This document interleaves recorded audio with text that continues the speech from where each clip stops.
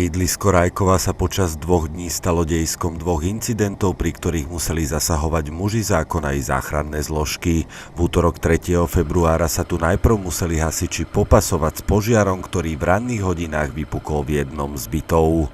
Na miesto bola ihneď vyslaná policajná hliadka. Zásah vykonali aj príslušníci hasičského záchranného zboru, ktorým sa požiar podarilo uhasiť. Na mieste sa nachádzal aj zisťovateľ príčin vzniku požiaru. V byte sa nachádzali 2 osoby, pričom jedna osoba bola prevezená na ošetrenie do nemocnice. Iné osoby zranené neboli. Celkovo bolo evakuovaných 12 osôb. Poverený príslušník obvodného oddelenia policajného zboru v Novom Meste nad Váhom začal trestné stíhanie pre prečin všeobecné ohrozenie. Presné príčiny a okolnosti vzniku požiaru sú predmetom ďalšieho vyšetrovania. Už o deň neskôr v stredu 4. februára museli muži zákona zasahovať opäť, a to iba 50 metrov cez cestu od incidentu požiaru. V Spojenej škole svätého Jozefa totižto nahlásili streľbu v jednej z tried. Jeden zo 6 totižto vystrelil na 2 spolužiakov z airsoftovej zbrane do oblasti nôh.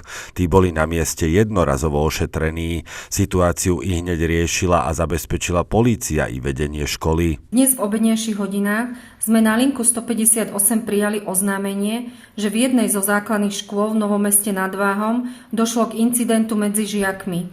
Na miesto boli okamžite vyslané policajné hliadky.